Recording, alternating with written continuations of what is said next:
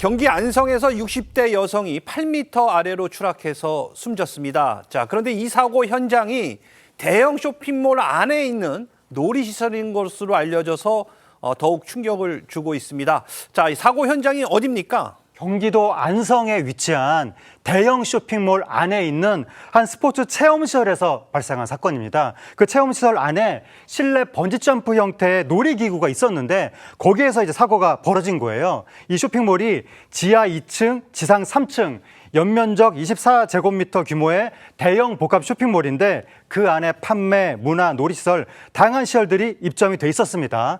그중에 한 임대 매장에서 이제 사건이 벌어졌는데 그 임대 매장이 뭐 클라이밍, 트램펄린, 농구, 다양한 스포츠를 즐길 수 있는 곳인데 어제 오후 4시 20분경에 그 임대 매장의 번지점프 기구에서 60대 여성이 8m 높이에서 콘크리트 바닥으로 떨어진 겁니다.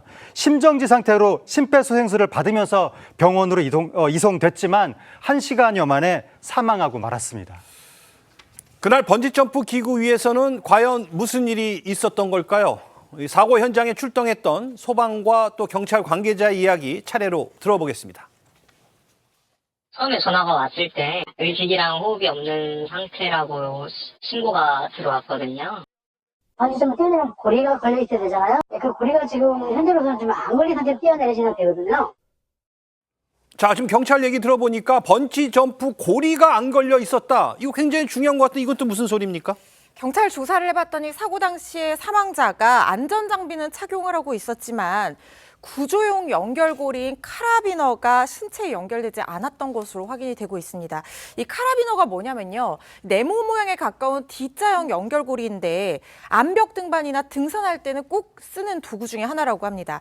강철로 만든 둥근 테로 스프링이 달려 있어서 이 로프나 자일 같은 걸 걸어서 안전하게 연결해주는 그런 도구인데 해당 놀이기구는 체험자가 몸에 가슴줄을 두르고 이걸 카라비너를 이용해서 천정에 있는 밧줄과 이 체험자의 몸을 연결하는 구조의 안전장치를 취하고 있다고 합니다.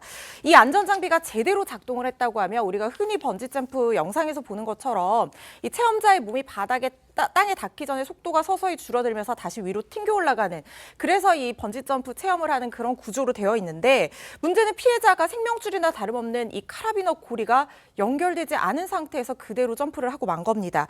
사고 당시 기구의 상부와 하부 모두에 안전요원이 배치가 되어 있기는 했지만 미처 손쓸 겨를도 없이 이 사고가 발생을 했다고 하고요. 그렇다면 왜 이 안전고리를 정말 이 중요한 장비인데 이걸 왜 착용하지 않았냐 이게 굉장히 큰 쟁점이 될 수 있을 것 같은데요. 지금 추가 조사가 이루어지고 있는 상황이고 지금까지는 단순 부주의로 추정되고 있습니다.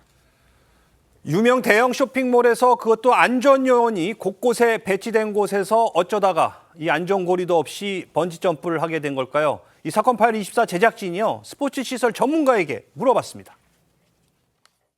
안전요원이 위에 있으면 뭐합니까? 카라비너를 걸었는지 안 걸었는지를 확인을 안 하고 그냥 서 있기만 했다는 거는 무용지물인 거죠. 카라비너는 뛰어내리는 사람의 생명을 잡아주는 줄이에요. 그래서 이 카라비너가 1차적인 안전 장치죠. 그러니까 이거를 걸지 않았다는 건 말도 안 되는 거고요. 사람의 생명을 다루는 그런 장치들은 최소한으로 하면 안 된다.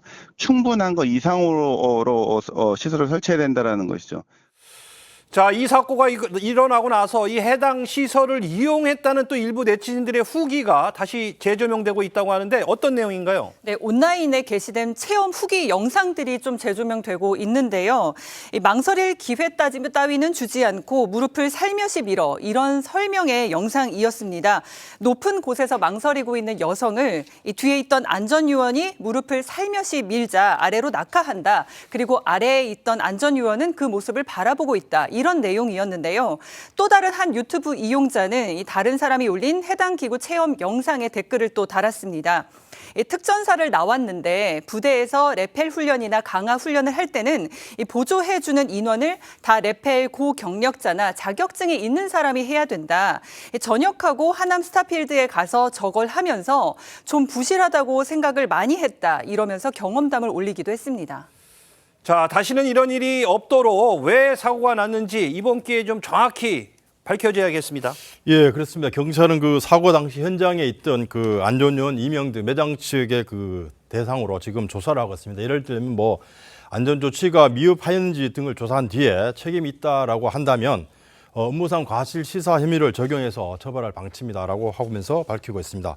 이 만약 책임이 있다라고 판단될 경우에 중대시민재해 관련된 적용이 될 가능성이 되는데요.